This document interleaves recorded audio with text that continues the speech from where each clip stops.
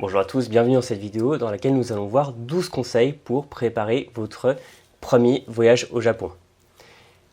L'année 2026 va bientôt commencer, vous avez peut-être envie de vous rendre dans l'archipel, en tout cas j'en ai très envie et c'est peut-être quelque chose que je vais faire. En plus il faut en profiter, le cours du yen est très faible, bref il est intéressant de se poser la question d'aller au Japon, que ce soit votre premier séjour ou un deuxième, un troisième. Vous allez trouver quelques conseils issus de mon expérience pour préparer un séjour serein. Le premier conseil que je peux vous donner, c'est de ne pas trop attendre. Nous sommes sur une chaîne d'apprentissage du japonais et vous pouvez légitimement vous poser la question de votre niveau. Est-ce que vous avez un niveau suffisant pour pouvoir profiter de votre voyage? Et ça, c'est une très bonne question, parce qu'il peut être intéressant de préparer du point de vue linguistique votre voyage et de vous dire je partirai au Japon quand j'aurai tel niveau. Comme ça, vous pourrez pratiquer sur place.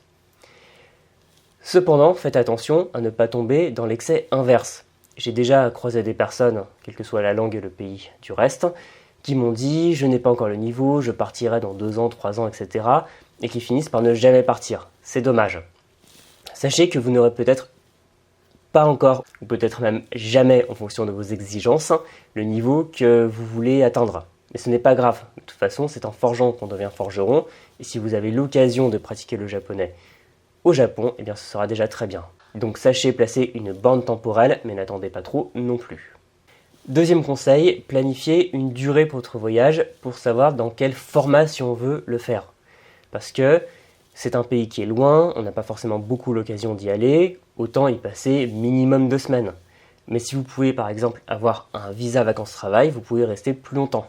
Renseignez-vous bien d'ailleurs sur ces sujets, parce qu'il est très facile d'y aller en tant que touriste, mais si on veut travailler, c'est déjà beaucoup plus compliqué. Donc réfléchissez à votre projet et demandez-vous combien de temps partir. Comme ça, vous allez pouvoir créer un voyage qui va correspondre à vos besoins et à vos envies. Ensuite, troisième conseil, prévoyez quand même un minimum à l'avance. On ne prévoit pas un voyage au Japon comme un voyage en Allemagne. Pas forcément besoin de s'y prendre 1 an à l'avance, mais si vous pouvez prendre vos billets d'avion 3 mois jusqu'à peut-être 6 mois en avance, c'est pas mal. Comme ça, vous bénéficiez des tarifs les plus intéressants. N'allez pas non plus tomber dans la micro-gestion de vous dire je ferai ça tel jour, je ferai ça tel jour, mais prévoyez quand même pas mal de choses, posez-vous les bonnes questions, parce que ça vous évitera, à quelques jours de votre départ, de stresser. Parce que un voyage loin, ça se prépare. Vous ne pourrez pas simplement rentrer chez vous rapidement si les choses se passent mal.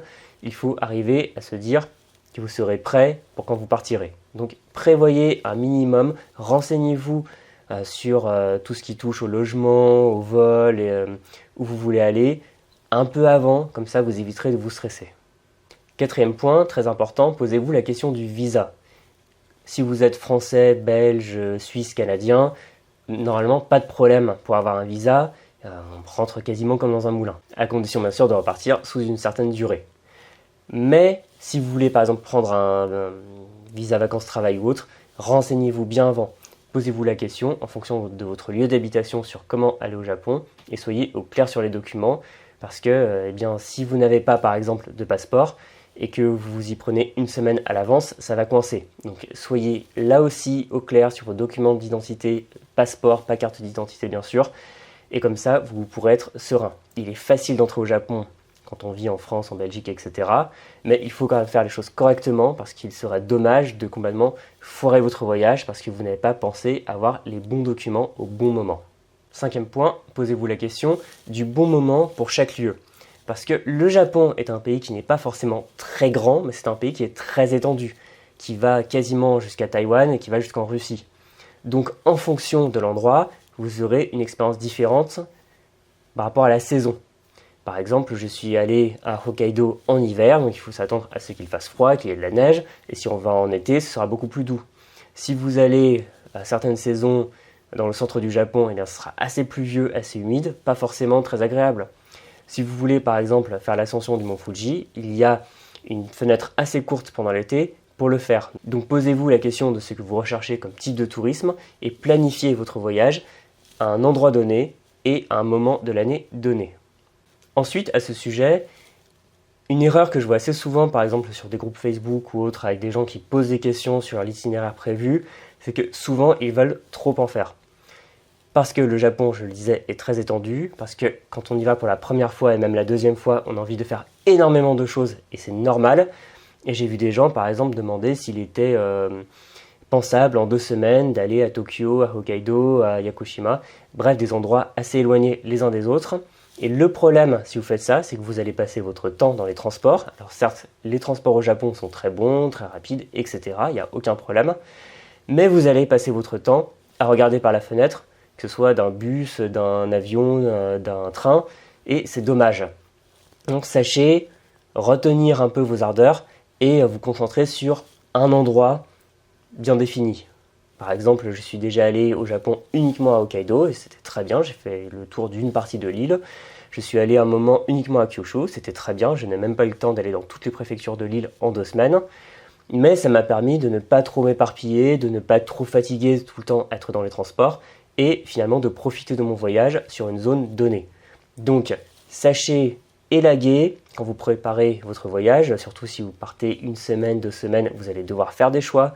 Et par exemple, je peux vous assurer que si vous allez dans un endroit comme Tokyo, vous allez y passer beaucoup de temps sans vraiment aller sous la surface.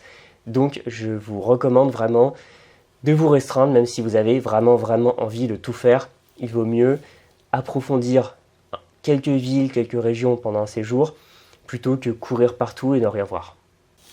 Un conseil hyper important, prenez une assurance voyage. Parce que autant dans l'Union Européenne, on est plutôt bien couvert en cas de pépin, dès qu'on la quitte, c'est plus compliqué. Donc pensez que malheureusement, les accidents, ça n'arrive pas qu'aux autres et que s'il vous arrive le moindre problème au Japon, si vous n'avez pas d'assurance voyage, ça peut vraiment beaucoup vous embêter.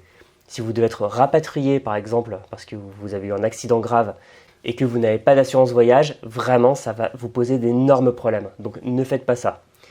Regardez quand même avec votre carte bancaire, parce que parfois dans les cartes premiers ou autres, dans les cartes dorées, il y a une assurance voyage. Et par exemple, il m'est déjà arrivé de faire, par exemple, cet été un séjour dans les Alpes où j'ai pu ne pas prendre l'assurance parce qu'il y avait tout ce qu'il me fallait sur ma carte bancaire. Donc regardez ça, et sinon prenez une assurance, par exemple Chapka ou autre, sur la durée qui vous intéresse, en fonction des activités que vous voulez faire, et comme ça vous serez couvert correctement. Ce n'est pas si cher, c'est un peu embêtant de dépenser de l'argent, je vous l'accorde, mais franchement, ce n'est rien par rapport aux fortunes que vous allez devoir débourser s'il vous arrive un pépin. Et pensez aussi aux activités que vous allez faire. Je le mentionne un peu plus tôt. Par exemple, si vous faites du tourisme à Tokyo et si vous faites du ski par exemple l'hiver au Japon, vous n'aurez pas les mêmes besoins en matière d'assurance. Donc réfléchissez aussi à ça avant de souscrire à une assurance. Ensuite, prévoyez le logement un peu en avance. Parce que moi, il m'est déjà arrivé de partir à l'étranger avec seulement quelques nuits de réservées. Au Japon, je vous déconseille de le faire parce que c'est un pays qui souffre du surtourisme, et que ce soit à Tokyo, surtout Kyoto, et par exemple pendant des matsuri, des festivals, il se peut qu'il y ait peu d'hébergements disponibles. Par exemple, quand je suis allé à Hokkaido pendant la saison des festivals de neige, eh bien parfois j'ai eu beaucoup de mal à trouver un logement qui était abordable. Donc pensez quand même à réserver un peu en avance, pas forcément 1 an à l'avance bien sûr, mais ne vous y prenez pas au dernier moment parce que vous pouvez avoir de mauvaises surprises, surtout dans les petites villes assez touristiques. Et ce n'est pas pour rien, par exemple, qu'on trouve sur Booking ou autre des Love Hotels qui à la base n'étaient pas faits pour ça. C'est parce que le Japon a un problème d'infrastructure touristique et donc un manque d'hébergement, donc il faut penser à s'y prendre en avance. Ensuite, pensez à retirer de l'argent, des yens, en avance. Parce que même si les choses sont en train de changer, même si maintenant on peut payer avec des applications, le Japon reste quand même très sur une vieille mentalité où on paye beaucoup en liquide, beaucoup plus qu'en France ou par exemple dans les pays nordiques où il y a quasiment plus de liquide. Pensez à retirer des yens, à les acheter des devises, aller dans un bureau de change en France. Comme ça vous évitera de passer par des bureaux de change qui vont vous extorquer de l'argent une fois arrivé à l'aéroport. Et prévoyez quand même un bon millier d'euros en équivalent en yens. Il est possible de retirer de l'argent sur place, dans les combini, dans les banques, bien sûr, c'est possible, mais comme ça vous ne serez pas embêté, parce qu'il y a énormément d'endroits où vous ne pourrez pas payer en liquide, et si vous n'avez pas de liquide, eh bien, il va falloir retirer de l'argent, ce n'est pas toujours simple au Japon, donc vraiment pensez à prendre de l'argent et surtout à le répartir. Une fois, j'avais un ami sa mère avait passé de l'argent en liquide et avait tout mis dans sa valise pour aller en soute. Je lui ai dit non, surtout pas. Il faut répartir dans vos bagages cabine, rien laisser en soute. Et comme ça, si jamais quelque chose se perd, si jamais vous faites voler un bagage, vous ne perdrez pas tout votre argent. Un autre conseil que je peux donner à toutes les personnes qui voyagent, c'est de voyager léger.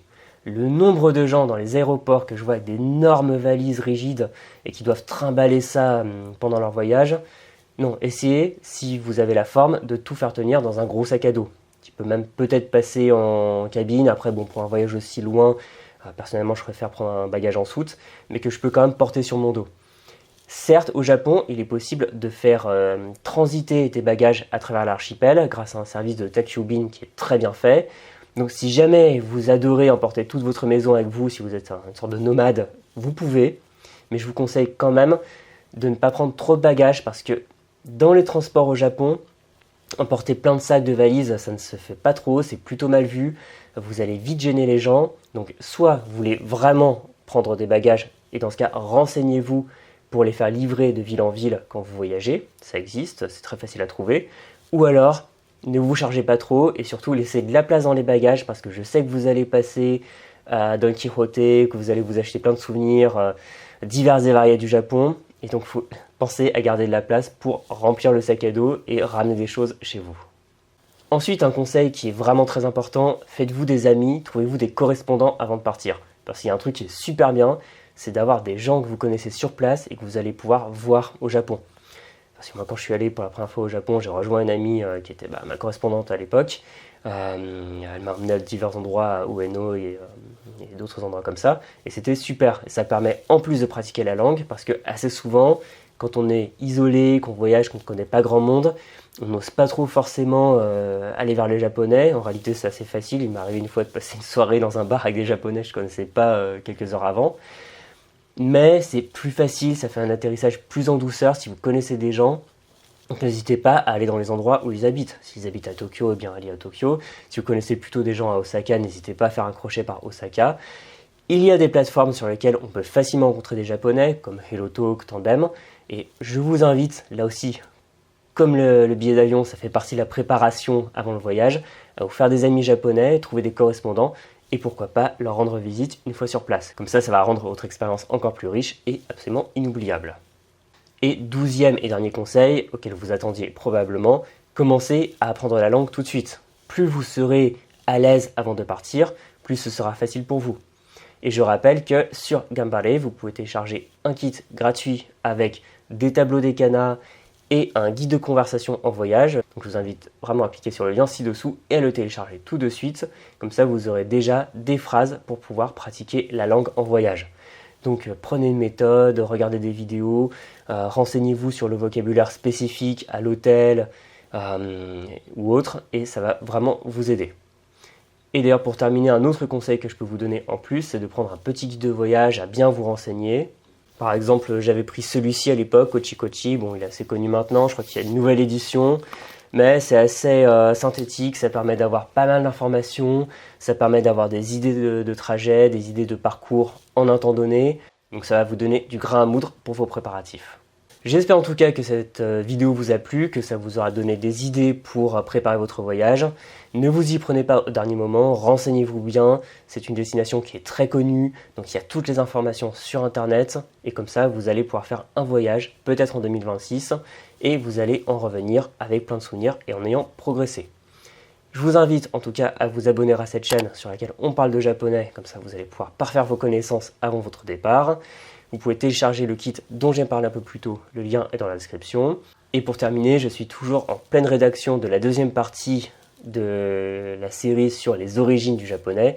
Donc je vous invite à regarder ça, ce sera peut-être pour janvier 2026. Je vous dis matane, salut.